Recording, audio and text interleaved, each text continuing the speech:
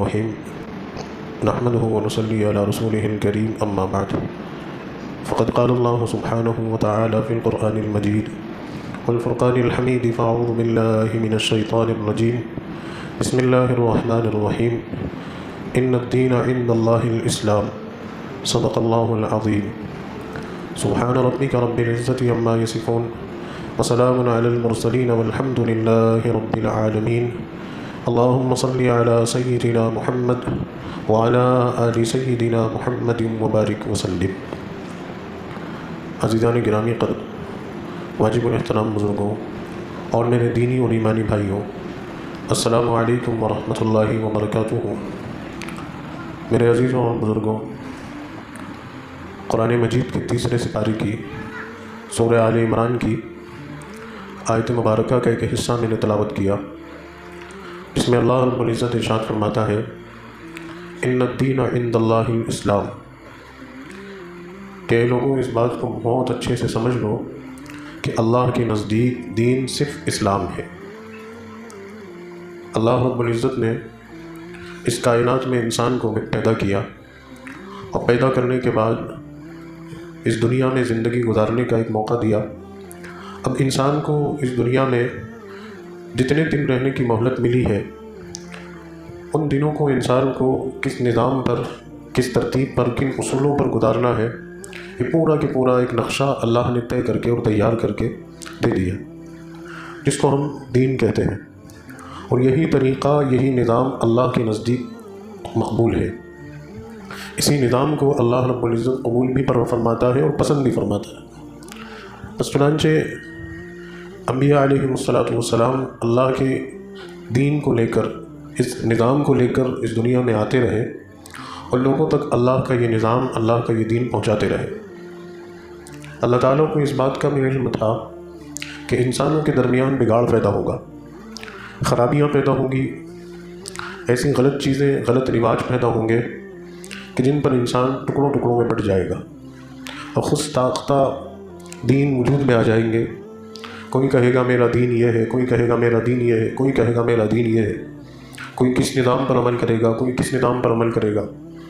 تو اللہ رب العزت نے اس بات کو واضح کر دیا کہ دنیا کے اندر چاہے سینکڑوں دین ہو، سینکڑوں نظام ہو، لیکن تم اس بات کو بہت اچھے سے سمجھ لینا کہ اللہ کے نزدیک پسندیدہ اور مقبول دین وہ صرف اور صرف اسلام ہے، اور اسی پر اللہ نے نجات رکھی ہے، اور اسی پر آخرت میں اللہ کے یہاں فیصلے ہوں گے. اور اسی کو لے کر حضرت آدم علیہ السلام سے محمد الرسول اللہ تک کم و بیش 1.25 لاکھ انبیاء علیہ السلام آئے. یہ دین ایک ہی تھا. ہم غور کریں، اور واقعی میں ہمیں غور کرنا چاہیے، کیونکہ انسان جب غور و فکر کرتا ہے تو کسی نتیجے پر پہنچتا ہے، اور وہ نتیجہ انسان کے لیے بہت معنی خیز اور بہت مفید ہوتا ہے. ہر چیز کا تجزیہ کرنا چاہیے، جائزہ لینا چاہیے، اس کو پرکھنا چاہیے اپنے شعور، اپنی عقل، اپنی سمجھ کی بنیاد پر. اگر ہم غور کرتے ہیں تو واقعی میں یہ بات بالکل صاف طور پر نظر آتی ہے کہ دنیا میں سینکڑوں دین ہیں اور سینکڑوں دینوں کے ماننے والے، ان کے پیروکار ہیں. لیکن جہاں مذہب اسلام کی بات آتی ہے تو اسلام ان تمام ادیان میں جو کہ باطل ہیں، ان تمام باطل ادیان میں اپنی ایک زبردست حیثیت رکھتا ہے، اپنی ایک زبردست خوبی رکھتا ہے، اپنا ایک زبردست کمال رکھتا ہے. اور اگر میں یوں کہوں کہ شروع سے لے کر آخر تک اسلام کے کسی بھی عمل میں، کسی بھی کام میں، کسی بھی اصول میں کسی بھی قسم کی کوئی کمی نظر نہیں آتی، یا کسی بھی قسم کی کوئی ایسی لچک نظر نہیں آتی کہ جس کی بنیاد پر کوئی یہ کہے کہ یہاں ایسا نہیں تو ایسا ہونا چاہیے تھا. اچھے اچھے عقل والے، اچھے اچھے ٹیلنٹڈ اور جینیس لوگ وہ سر جوڑ کر بیٹھے اور انہوں نے غور کیا اور اسلام کے اصولوں میں سے، اسلام کی اعمال میں سے، اسلام کی بنیاد میں سے کمی تلاشنے کا. تو وہ کمی تو کیا تلاش پاتے، وہ کوئی نقص تو کیا نکال پاتے اسلام کے قریب جانے سے. اگرچہ انہوں نے غلط ارادے سے اسلام کو سمجھنا اور پڑھنا شروع کیا تھا، یہ بھی اسلام کا کمال ہے اور یہ بھی خوبی ہے کہ جو اس مذہب کے قریب آتا ہے، اگرچہ وہ کسی اور ارادے سے آیا ہو، یہ مذہب اتنا کمال درجے کا ہے کہ یہ پھر اس کو اپنا بنا لیتا ہے. حضرت عمر رضی اللہ تعالیٰ عنہ کا وہ مشہور واقعہ ہمارے لیے اس بات کو سمجھنے میں بہت آسانی پیدا کرتا ہے کہ جب نبی کریم صلی اللہ علیہ وسلم کی نبوت کا ابتدائی دور، اب وہ زمانہ ہے کہ جب چھپ چھپ کر اسلام کی دعوت دی جا رہی ہے، بہت خاموشی کے ساتھ، بہت نپے تلے الفاظ کے ساتھ، بہت محتاط رہ کر گھر گھر جا کر اسلام کی دعوت دی جا رہی ہے، بہت احتیاط برتا جا رہا ہے، اس وجہ سے کہ اس زمانے میں اگر کوئی کھل کر اسلام کی بات کرتا تھا تو اسے جان کا خطرہ ہوتا تھا۔ حکم یہ تھا کہ آپ بہت محتاط ہو کر دین کی تبلیغ اور تشہیر کریں۔ تو جو لوگ بھی مسلمان ہوتے تھے یا مسلمان ہونے کے بعد دین کی تبلیغ کرتے تھے یا دین کے بارے میں دوسروں کو سکھاتے تھے، سمجھاتے تھے، وہ رات کے اندھیروں میں جاتے تھے، گھر کی چار دیواری کے اندر بات کرتے تھے۔ اس دور اور اس زمانے میں حضرت عمر جیسا شخص جس کی مکہ میں دادا گیری تھی، ایک بڑا اثر اور ایک رسوخ تھا، لوگ ڈرتے تھے۔ حضرت عمر رضی اللہ تعالیٰ عنہ کو اس بات سے بڑی بے چینی ہوتی تھی، بڑی یہ بات ان کی طبیعت پر اسلام قبول کرنے سے پہلے ناگزیر گزرتی تھی کہ یہ کون سا نیا دین آ گیا مکہ میں، اور یہ محمد بن عبداللہ یہ کون سے نئے دین کی تبلیغ کر رہے ہیں۔ تو بس یہ بات ان کو اندر سے بے چین کرتی تھی۔ اب ہوتا یہ تھا کہ روز اسلام قبول کرنے والوں کی تعداد بڑھ رہی ہے، تو وہ اور اندر سے اس چیز کو لے کر پریشان ہو رہے ہیں۔ ایک روز انہوں نے یہ ارادہ کیا کہ میں آج جو ہے محمد صلی اللہ علیہ وسلم سے جا کر خود ملوں گا، اور ایک غلط ارادے کے ساتھ وہ اپنے گھر سے نکلے۔ نعوذ باللہ، وہ حضور کو نقصان پہنچانے کے ارادے سے گھر سے نکلے، کیونکہ ابھی اسلام کو سمجھ نہیں پائے تھے، اب اسلام کو سمجھا نہیں تھا، تو اسلام کے کھلے دشمن تھے۔ تو اس ارادے سے اپنے گھر سے نکلے، گھوڑے پہ سوار ہیں، ہاتھ میں ننگی تلوار ہے، اب بڑے غصے میں جا رہے ہیں۔ کسی نے دیکھا کہ یہ عمر کہاں جا رہے ہیں، ان کو روکا اور پوچھا کہ بھائی کہاں کا ارادہ ہے، کہاں جا رہے ہو؟ تو حضرت عمر نے کہا کہ میں محمد بن عبداللہ کے پاس جا رہا ہوں، جو ہمارے مکہ میں ایک نیا دین لے کر آ گئے اور لوگوں کو ان کے آباء اور اجداد کے دین سے بھٹکا رہے ہیں۔ تو وہ جو سننے والے صاحب تھے انہوں نے کہا کہ بھائی آپ محمد صلی اللہ علیہ وسلم کے پاس بعد میں جانا، پہلے اپنے گھر کی خبر لو۔ تو حضرت عمر نے کہا کہ میرے گھر کی خبر؟ تو کہا کہ ہاں، آپ کی بہن اور آپ کے بہنوئی وہ بھی محمد عربی صلی اللہ علیہ وسلم کا دین قبول کر چکے ہیں، پہلے ان کی خبر لو۔ حضرت عمر کو یہ بات سننی تھی کہ وہ جلال میں آ گئے، ان کا چہرہ سرخ ہو گیا، غصے میں انہوں نے اپنے گھوڑے کے رخ کو پلٹا اور اپنی بہن کے گھر کی طرف کیا، اور بہن کے گھر پہنچے گھوڑا دوڑاتے ہوئے۔ اب اندر ایک صحابی رسول ان کی بہن اور ان کی بہنوئی کو قرآن سکھا رہے تھے، دین سکھا رہے تھے۔ حضرت عمر رضی اللہ تعالیٰ عنہ نے دستک دی، تو چونکہ دروازے پہ دستک ہوئی، یہ خطرہ تھا کہ کوئی اجنبی نہیں آ جائے یا کوئی وہ شخص نہیں آ جائے جو ہمارے اس کام کی خبر باہر دے دے، تو ڈر ہوتا تھا۔ تو دروازے کی آڑ میں سے دیکھا کہ دیکھو کون ہے، تو دیکھا گیا تو عمر ہے، اور وہ کہ جو اسلام کے مخالف ہیں، جو حضرت صاحب اندر صحابی رسول ہیں، وہ گھبرائے۔ حضرت عمر کی بہن اور بہنوئی نے ان سے کہا کہ آپ گھر میں چھپ جائیں، ہم اس کو سنبھال لیتے ہیں، یہ آپ کو دیکھے گا تو اور غصے میں آ جائے گا، اور غصے میں ہی نظر آ رہا ہے۔ اب چنانچہ وہ صحابی رسول جو ہے وہ چھپ گئے گھر میں۔ حضرت عمر کی بہن نے دروازہ کھولا، اور جیسے ہی حضرت عمر اندر داخل ہوئے فوراً سوال کیا کہ گھر میں کون ہے، کیونکہ انہیں محسوس ہو گیا تھا کہ گھر میں کوئی ہے۔ پوچھا گھر میں کون ہے اور دروازہ کھولنے میں اتنی دیر کیوں کر دی، آپ لوگ کس سے بات کر رہے تھے؟ حضرت عمر کی بہن نے انہیں ٹالنے کی کوشش کی کہ بھائی کوئی نہیں ہے، آپ کیا بات پوچھ رہے ہیں، آپ کیوں آئے ہیں یہ بتائیں۔ ہوا یہ تھا کہ حضرت عمر کے بہنوئی کے ہاتھ میں قرآن کا ایک حصہ تھا، وہ اپنے ہاتھوں سے قرآن کو چھپا رہے تھے۔ حضرت عمر نے محسوس کر لیا کہ یہ کوئی چیز چھپا رہے ہیں۔ انہوں نے بہنوئی سے پوچھا کہ یہ کیا ہے آپ کے پاس؟ انہوں نے کہا کچھ تو نہیں۔ کہا نہیں، بتاؤ یہ کیا ہے۔ تو بہرحال انہوں نے پکڑا اور ہاتھ کو کھینچا اور دیکھا کہ کچھ لکھا ہوا ہے۔ تو حضرت عمر نے کہا کہ بھائی مجھے بتاؤ، مجھے دو، یہ کیا ہے۔ اب ان کا شک اور یقینی ہو گیا کہ ہاں واقعی کوئی گڑبڑی ہے۔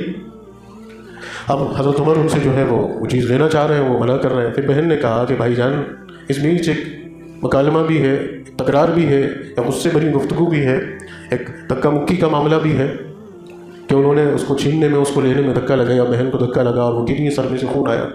بہرحال انہوں نے جب دونوں نے دیکھا کہ اس پر قابو نہیں پا سکتے تو کہا کہ بھائی اس کو آپ ہاتھ میں نہیں لے سکتے ناپاکی کی حالت میں، یہ قرآن مقدس ہے۔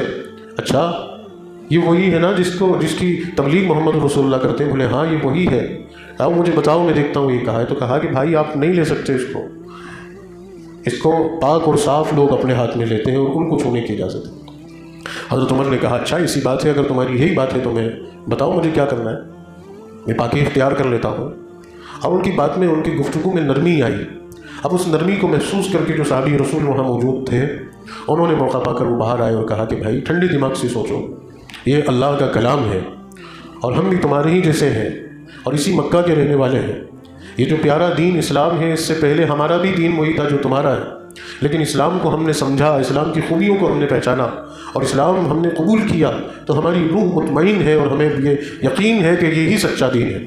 ہم آپ سے بھی گزارش کرتے ہیں کہ آپ بھی یہ دین قبول کریں۔ اور کہا کہ بتاؤ اس میں کیا ہے، تو قرآن کا وہ حصہ وہ نسخہ پڑھ کر سنایا گیا۔ اب قرآن تو قرآن ہے، جہاں پڑھا جاتا ہے اور جس درد کے ساتھ پڑھا جاتا ہے، جس قربانی کے ساتھ پڑھا جاتا ہے، تو اس کا ایک ایک حرف انسان کی روح کو بیدار کر دیتا ہے، اندر سے تڑپا دیتا ہے۔ ہم صحابی رسول نے قرآن پڑھا، اس کے معنی سمجھائے، حضرت عمر کی روح مچل اٹھی اور اندر سے آواز آئی کہ مجھے محمد رسول اللہ سے ملواؤ۔ اب چونکہ حضرت عمر جیسا انسان اللہ کے رسول صلی اللہ علیہ وسلم سے ملوانا، تو بتا دیا گیا کہ فلاں جگہ آپ جو ہے آپ موجود ہیں، آپ چلے جاؤ۔ حضرت عمر رضی اللہ تعالیٰ عنہ فوراً اللہ کے رسول صلی اللہ علیہ وسلم کی خدمت میں گئے۔ آپ صلی اللہ علیہ وسلم بھی ایک مکان کے اندر صحابہ کرام کو جو ہے دین سکھا رہے ہیں، صحابہ کی ایک تعداد، ایک مجمع موجود ہے۔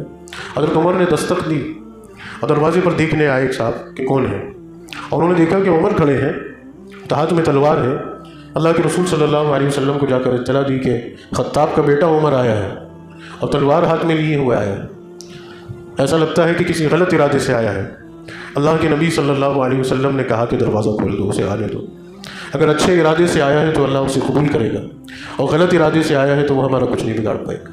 صحابہ کرام نے اللہ کے رسول صلی اللہ علیہ وسلم کی یہ بات سنی اور حکم کی تعمیل میں دروازہ کھولا۔ حضرت عمر داخل ہوئے، اندر لوگوں کو دیکھا کہ صحابہ کی ایک جماعت ہے، سیدھے جا کر حضور اکرم صلی اللہ علیہ وسلم کے قدموں میں بیٹھ گئے اور کہا کہ آپ سچے نبی ہیں، آپ جو دین لے کر آئے ہوں سچا دین ہے، مجھے کلمہ پڑھا دیجیے، میں مسلمان ہونا چاہتا ہوں، کیونکہ میں نے آپ کے پاس آنے سے پہلے میری بہن اور میری بہنوئی کی آنکھ میں آنکھ ڈال کر اسلام کی حقیقت کو سمجھ لیا کہ وہ جان دینے کے لیے تیار ہے لیکن اسلام سے پھرنے اور ہٹنے کے لیے تیار نہیں۔ اور انسان اتنی آسانی سے کسی چیز کے لیے اپنی جان نہیں دیتا، وہ جان اسی چیز کے لیے دیتا ہے کہ جو سچی ہے، جو عظیم تر ہے۔ تو میری بہن وہ بھی کوئی معمولی عورت نہیں تھی، وہ بھی خطاب کی بیٹی، جس باپ کی اولاد عمر ہے اسی باپ کی بیٹی وہ بھی ہے، بہت جرت مند خاتون۔ کہا میری بہن میری آنکھ میں آنکھیں ڈال کر اسلام کی تبلیغ اور تشریح کے بارے میں مجھے کہہ چکی ہے کہ بھائی آپ جان بھی لے لو گے پھر بھی ہم اس دین سے نہیں کریں گے۔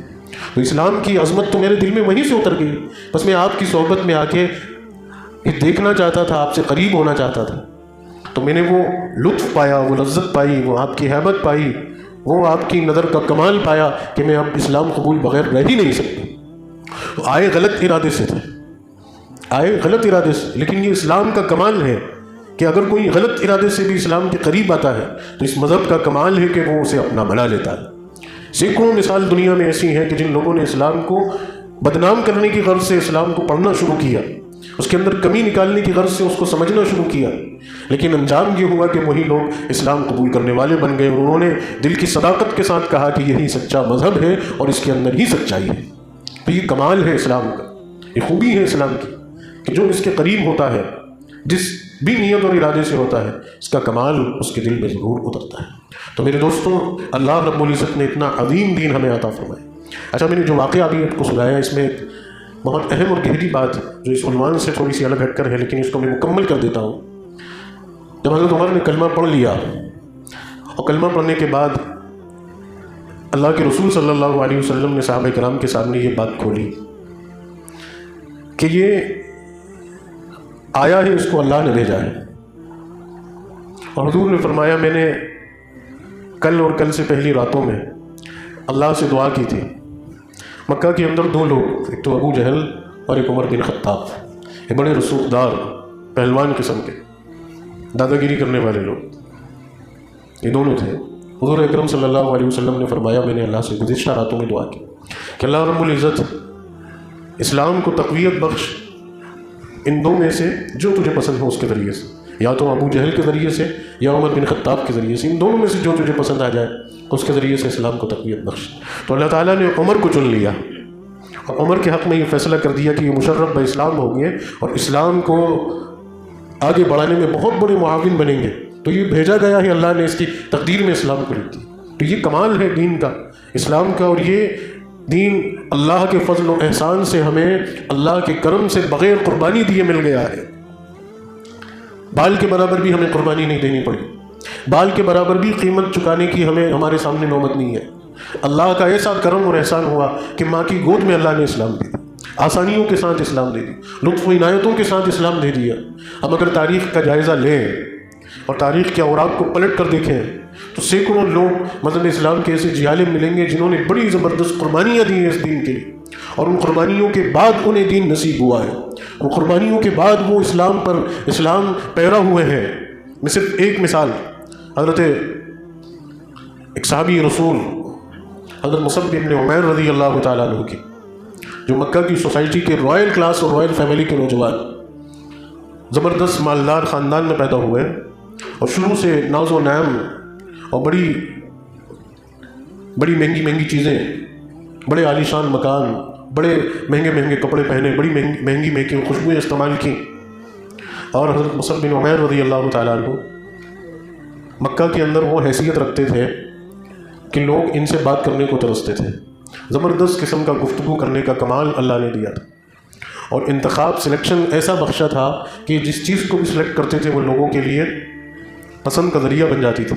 خوشبو ایسی استعمال کرتے تھے کہ جس گلی سے گزر جاتے تھے وہ گلی معطر ہو جاتی تھی، مہک اٹھتی تھی۔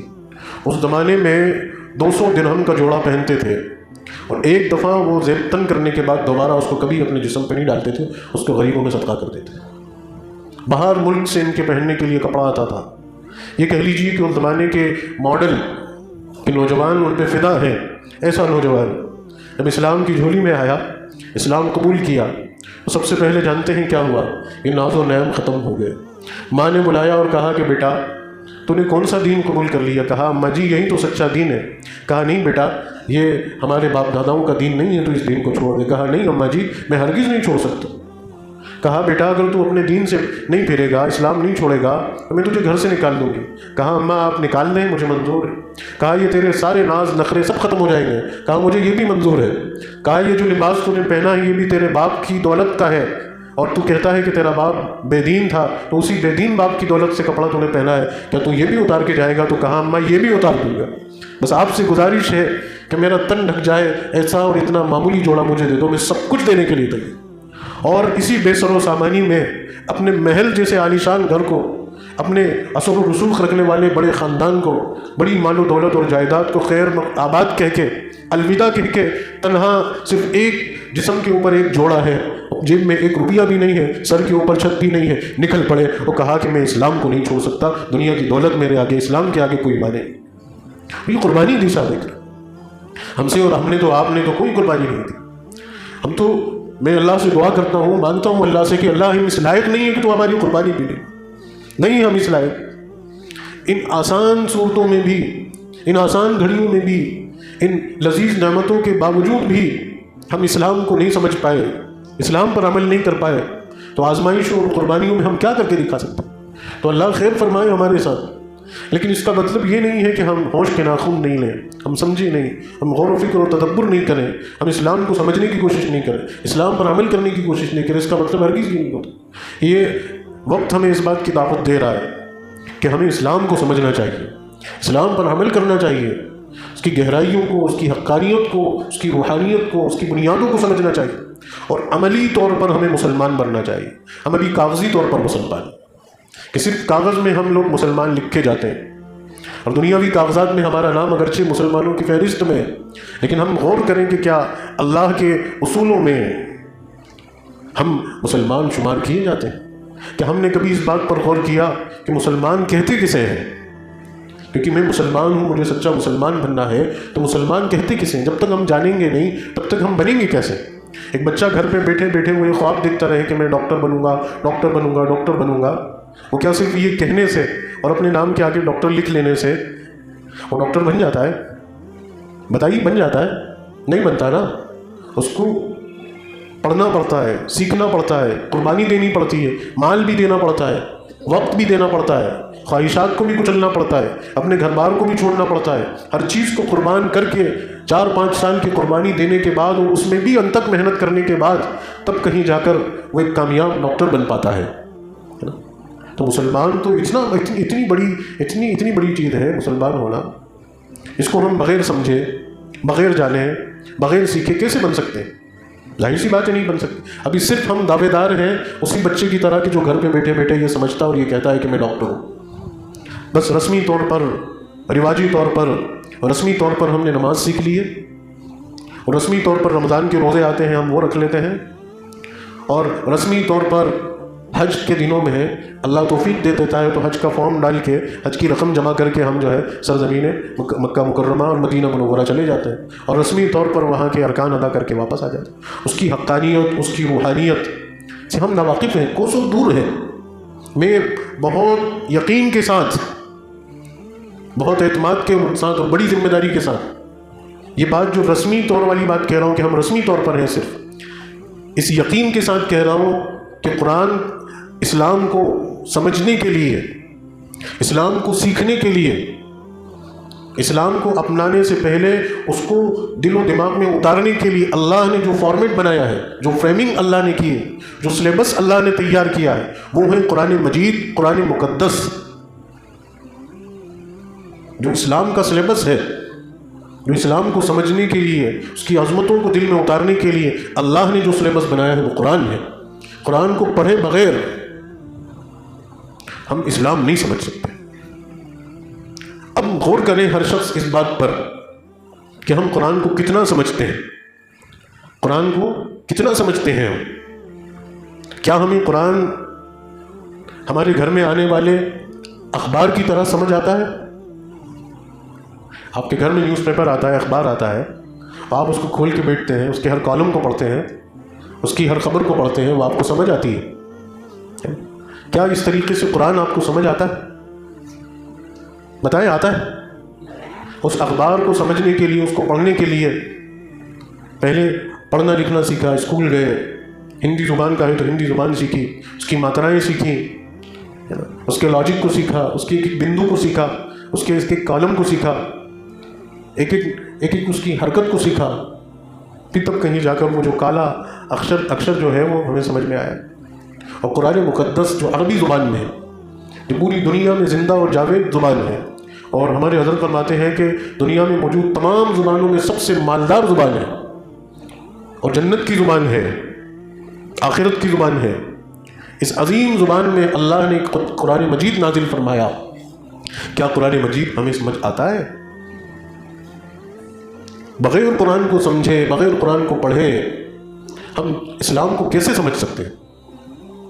ممکن ہی نہیں ہے۔ پھر وہی حال ہوگا کہ اللہ کے رسول صلی اللہ علیہ وسلم کے پاس ایک گروہ آیا اور انہوں نے دعویٰ کیا کہ ہم حلقہ میں اسلام ہو گئے، تو قرآن اترا اور قرآن نے کہا رسول اللہ صلی اللہ علیہ وسلم سے، قالت الاعراب آمنا قل لم تؤمنوا ولكن قولوا اسلمنا، کہ نبی محترم آپ ان سے کہیے کہ ابھی تم لوگ مسلمان ہوئے ہو، مومن نہیں ہوئے۔ مسلمان ایک الگ چیز ہے، مومن ایک الگ چیز ہے۔ اسلام کا تعلق انسان کے ظاہری اعضاء سے ہے، ایمان کا تعلق دل سے ہے۔ ظاہری اعضاء اگرچہ کسی بھی کام کو کرتے ہوئے نظر آئیں، لیکن اگر دل اندر سے مطمئن نہیں ہے تو پھر بات کمال کی نہیں ہوتی۔ اسلام میں اور ایمان میں، مسلم میں اور مومن میں فرق ہے۔ مسلم کسے کہتے ہیں، مومن کسے کہتے ہیں؟ آپ ان دونوں لفظ کی حقیقت کو سمجھیے، ان کی گہرائیوں کو سمجھیے، اور پھر اپنا تجزیہ کیجیے، غور کیجیے کہ کیا واقعی ہم مومن ہیں۔ اسلام کے جو ہم دعویٰ کرتے ہیں، جو دعویٰ ہم نے کر رکھا ہے، کیا ہم اس دعوے کے اندر دل کی گہرائیوں سے ہم اس میں داخل ہیں؟ ابھی ظاہری طور پر ہمارے حال حلیے سے، ہمارے حرکات اور سکنات سے اسلام تو ہمارے اوپر ہماری زندگی میں نظر آتا ہے، لیکن ایمان سے دور ہیں ہم۔ اور ایمان یقین کو کہتے ہیں۔ یقین آج کس بات پر ہے؟ یقین آج کس بات پر ہے؟ کسی کو پیسے پر یقین ہے، کسی کو عہدے پر یقین ہے، کسی کو طاقت پر یقین ہے، کسی کو فلاں پر یقین ہے، کسی کو فلاں پر یقین ہے۔ اور یقین حقیقتاً اللہ کی ذات پر، کامل یقین اللہ کی ذات پر، وہ والا یقین کہ آگ دیکھ کر بھی یہ یقین ہو کہ یہ آگ مجھے اللہ کے حکم کے بغیر نہیں جلا سکتی، اور حضرت ابراہیم اس آگ میں کود جاتے ہیں۔ یہ یقین، یہ ایمان ہے کہ آج ہمارے دلوں میں ہے۔ ہم تو چھوٹی چھوٹی چیزوں سے ڈرتے ہیں۔ اگر جیب میں پیسے ختم ہو جائیں تو ایک شخص ڈر جاتا ہے کہ اب کیا ہوگا، میں پیٹ کیسے بھروں گا، بچوں کو کیسے پالوں گا، میں اپنی ضرورتیں کیسی پوری کروں گا۔ لہٰذا پیسہ ضروری ہے۔ اب اس پیسے کو حاصل کرنے کے لیے، چاہے وہ غلط طریقہ ہو چاہے وہ اچھا طریقہ ہو، کوئی معنی نہیں رکھتا، مقصود پیسہ کمانا ہے، اور وہ پیسے کے خاطر پھر اب سب کچھ کرتا ہے۔ کسی کو اپنی نوکری پر یقین ہے کہ میری نوکری چھوٹ جائے گی تو میرا کیا ہوگا، اب اس نوکری کو بچانے کے لیے وہ جھوٹ سچ غلطی صحیح سب کرتا ہے، کیونکہ اس کا یقین تو اس نوکری پر ہے۔ اسی طریقے سے اور مثالیں آپ لیتے چلے جائیں، اور مومن وہ ہوتا ہے کہ جس کا یقین اللہ پر ہوتا ہے اور وہ اس بات پر قائم ہوتا ہے کہ حق حق ہے اور ناحق ناحق ہے، سچائی سچائی ہے اور جھوٹ جھوٹ ہے۔ لیکن آج ہم مسلمانوں کی زندگی میں ان چیزوں میں کوئی فرق نہیں رہا۔ جیسا ایک غیر مسلم، ایک مشرک اور ایک کافر، وہ جس چیز سے ڈرتا ہے اس چیز کو اپنا دیوتا بنا لیتا۔ اس کو ڈر لگا پانی سے تو اس نے پانی کو اپنا دیوتا بنا لیا، اسے ڈر لگا کسی جانور سے تو اس نے جانور کو اپنا دیوتا بنا لیا، اس نے یہ گمان کیا کہ یہ گائے جو ہے جو مجھے دودھ دیتی ہے، جو میری کھیتی میں کام دیتی ہے اور میری بردباری میں کام دیتی ہے، تو یہ تو کتنی بڑی دیوتا ہے، یہ تو واقعی میں بھگوان ہے کہ جس کے ذریعے سے میری روزمرہ کی زندگی آسان ہوتی ہے۔ اگر یہ ناراض ہو گئی تو دودھ دینا بند کر دے گی، یہ ناراض ہو گئی تو کھیتی کے کام کرنا بند کر دے گی، یہ ناراض ہو گئی تو بردباری کے کام کرنا بند کر دے گی، لہٰذا اس کو ہی پوچھو، اس کے آگے ہاتھ جوڑو، اور اس کو ہاتھ جوڑ کے اس کو پوچھتے پوچھتے بھگوان بنا کے چلو تو اس کی عنایتیں، اس کی کرم فرمائیاں برقرار رہیں، اور اس نے اس کو ہی پوچھنا شروع کر دیا۔ آج مسلمان کا بھی عقیدہ ایسے ہی ہو گیا، وہ بھی جن چیزوں سے ڈرتا ہے ان چیزوں کو اپنا برا مت ماننا۔ میں کڑوا لفظ بول رہا ہوں لیکن صرف اس لیے بول رہا ہوں کہ ہمارے سمجھ آ جائے، آج مسلمان بھی جس چیز سے ڈرتا ہے اس کو اپنا خدا مان لیتا ہے۔ خدا کس معنی میں بول رہا ہوں میں؟ اس معنی میں بول رہا ہوں کہ پھر وہ اس کے آگے اللہ کی بھی نہیں سنتی، پھر اس کے لیے بس اب سب کچھ وہی ہے۔ تو ہمیں سمجھنا چاہیے، ہمیں غور کرنا چاہیے، ہمیں اس چیز کے احساس میں ڈوبنا چاہیے کہ یہ جو پیارا دین اللہ نے ہمیں دیا ہے، یہ اسلام بغیر قربانی کے ہمیں ملا ہے، بغیر جدوجہد کے ہمیں ملا ہے، ہم اس کی قدر کریں اور 100% اس پر عمل کرنے والے، ہماری پوری زندگی اسلام کے نقشے پر ہو، پوری زندگی اسلام کے اصولوں پر ہو، ہماری زبان، ہمارا کردار، ہمارے معاملات، ہمارا لین دین، ہمارا اٹھنا بیٹھنا یہ اس بات کی علامت بن جائے اور اس بات کی تبلیغ کا ذریعہ بن جائے کہ یہ ہوتے ہیں مسلمان۔ لیکن آج صورتحال بالکل اس کے الگ ہے۔ آج تو مسلمانوں کا کردار، مسلمانوں کے معاملات، مسلمانوں کی زبان، اس پر تو خود مسلمانوں کو بھروسہ نہیں، خود مسلمانوں کو بھروسہ نہیں، تو غیروں کو کیا بھروسہ ہوگا؟ غیر کیسے مطمئن ہوں گے کہ اللہ کے رسول صلی اللہ علیہ وسلم صحابہ کرام کو ایسا بنا کر گئے تھے جیسے آج ہم ہیں؟ آج ہر شخص اس بات پر غور کرے، کیا صحابہ کرام ایسے تھے جیسے آج ہم ہیں؟ کیا ہماری طرح صحابہ کرام کی زبانوں پر جھوٹ تھا؟ کیا ہماری طرح صحابہ کرام کی زبانوں پر دھوکہ تھا؟ کیا ہماری طرح صحابہ کرام جو ہے وعدہ خلافی کرتے تھے؟ کیا ہماری طرح صحابہ کرام ٹوپی بازی کرتے تھے؟ کیا ہماری طرح صحابہ کرام کی زندگی ان بیلنس، ان ڈسپلین تھی؟ نہیں، ہرگز نہیں۔ وہ تو معاشرے میں ایک مثال بن کر اٹھے تھے، جن کو دیکھ کر لوگوں نے یہ سمجھا تھا کہ سچ یہ ہوتا ہے، جن کو دیکھ کر لوگوں نے سیکھا تھا کہ ایمانداری یہ ہوتی ہے، جن کو دیکھ کر لوگوں نے یہ سیکھا تھا کہ سچائی اور حقیقت اور معاملے کے لین دین کے صحیح اصول یہ ہوتے ہیں۔ صحابہ کرام نے تو دنیا کو ایک بہترین نظام جو اسلام کی شکل میں تھا وہ دیا تھا۔ جب لوگوں نے دیکھا کہ یہی نظام اور یہی ترتیب، یہی اصول بھلائی کا ہے، خیر کا ہے، امن کا ہے، سلامتی کا ہے، ابھی لوگ باز نہیں رہے اور انہوں نے کہا کہ ہم بھی حلقہ بہ اسلام ہوں گے، اور پھر بغیر جدوجہد اور محنت کے سینکڑوں لوگ مشرف بہ اسلام ہوتے چلے، انہوں نے اسلام قبول کیا۔ کتنی ساری مثالیں اور واقعات ہیں کہ صحابہ کرام جو ہے صرف تجارت کی غرض سے کسی ملک میں گئے اور اس ملک کے نقشے کو اور تقدیر کو بدل دیا، صرف ان کی ایمانداری نے، ان کی دیانتداری نے، ان کی سچائی نے۔ وہاں کے لوگوں نے دیکھا کہ یہ اتنے سچے لوگ ہیں، یہ اتنے ایماندار لوگ ہیں، ان سے اگر پوچھا کہ آپ کو یہ سچائی اور یہ ایمانداری کہاں سے ملی، تو کہا کہ یہ اسلام کے اصول ہے۔ تو انہوں نے کہا کہ یہ کتنا پیارا دیا، پوری دنیا سے کرپشن کو ختم کر دیا، پوری دنیا سے لوٹ رسوٹ کو ختم کر دیا، پوری دنیا سے بد نظمی اور ظلم کو ختم کر دیا۔ دنیا امن کے گہوارے میں آ گئی، دنیا سلامتی کے گہوارے میں آ گئی، دنیا ترقی کے گہوارے میں آ گئی۔ عورت جو پیروں کی جوتی سمجھی جاتی تھی، جس کی معاشرے میں کوئی عزت، کوئی احترام نہیں تھا، اس عورت کو جو ہے عزت ملی اور تحفظ ملا۔ غریبوں، بے سہاراؤں اور کمزوروں کو وہ تحفظ ملا کہ وہ معاشرے میں سر اٹھا کے جینے لگے۔ جب اسلام کی یہ خوبیاں مسلمانوں کی زندگی کے ذریعے سے پھیلی تو پھر لوگوں نے اسلام قبول کیا اور پھر علاقے کے علاقے مسلمان ہوتے چلے، مسلمانوں کی زندگیاں بگڑی۔ تو آج نوبت پھر یہ آئی کہ آج معاف کیجیے گا میرے اور آپ کی بدعملی اور کرتوت کی وجہ سے آج سینکڑوں لوگ اسلام قبول کرنے سے محروم ہیں۔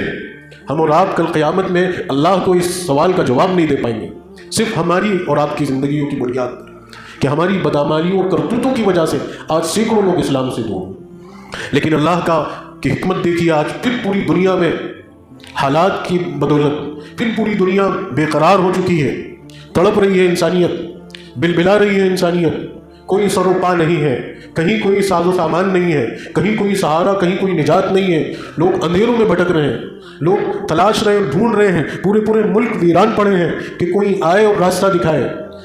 پوری دنیا کے اس کونے سے لے کے اس کونے تک اس بات کی یہ بات اٹھ رہی ہے کہ دنیا سے کرپشن کیسے ختم ہوگا، ظلم کیسے ختم ہوگا، ملاوٹ کیسے ختم ہوگی، بد نظمی کیسے ختم ہوگی، یہ ریپ کے کیسز کیسے ختم ہوں گے، یہ زنا کی بری لت کیسے ختم ہوگی، یہ نشے کی گندی عادت کیسے ختم ہوگی، معاملات میں لین دین میں اصول اور سچائی کیسے آئے گی۔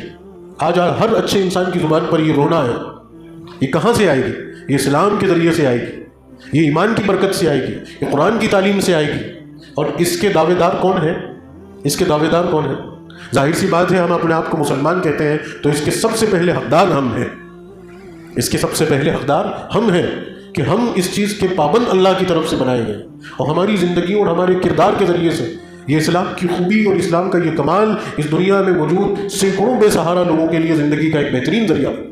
لیکن افسوس کی بات یہ ہے کہ آج ہم خود سمجھنے کو تیار، افسوس کی بات ہے کہ آج ہماری زندگی بدلنے یا پلٹنے کے لیے تیار نہیں۔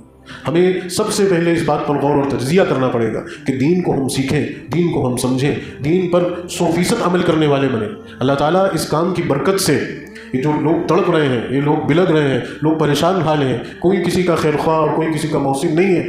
آج گھر گھر کا یہی رونا ہے، گھر گھر کا یہی دکھڑا ہے کہ آج سب بے سر و سامانی میں، اور یہ سب کو سایہ عاطفیت دینے والا کمال صرف اسلام کی جھولی میں ہے، اور وہ اسلام کے ذریعے سے ہی ہوگا۔ اب اللہ تعالیٰ ہمارا محتاج نہیں ہے، اس بات کو بھی کان کھول کر سن لو۔ اب وقت بالکل بدل چکا ہے، اب بے فکری اور لاپرواہی کے ساتھ زندگی گزارنے کا وقت نہیں ہے، اب اللہ کے فیصلے اترنے والے ہیں۔ اللہ ہمارا محتاج نہیں ہے کہ وہ ہمارا راستہ دیکھے گا کہ ہم سدھریں گے تو لوگ سدھریں گے۔ اب اللہ کے نقشے بدل چکے ہیں، اگر اب بھی ہم نہیں بدلے تو اللہ تعالیٰ کو ہماری کوئی ضرورت نہیں، ہمیں صفِ ہستی سے مٹا دیا جائے گا، اور اچھے لوگوں کو لا کر اللہ تعالیٰ اپنے دین کا کام اس دنیا میں لے گا، اور انشاءاللہ بہت جلد لے گا۔ کوئی وقت بہت زیادہ دور نہیں ہے، ہمیں سمجھنا چاہیے، غور کرنا چاہیے، ہم دین کو سیکھیں، دین کو سمجھیں، اور دین پر 100% عمل کرنے والے بنیں۔ اللہ رب العزت ہم سب کو عمل کی توفیق نصیب فرمائے۔ وآخر دعوانا الحمدللہ۔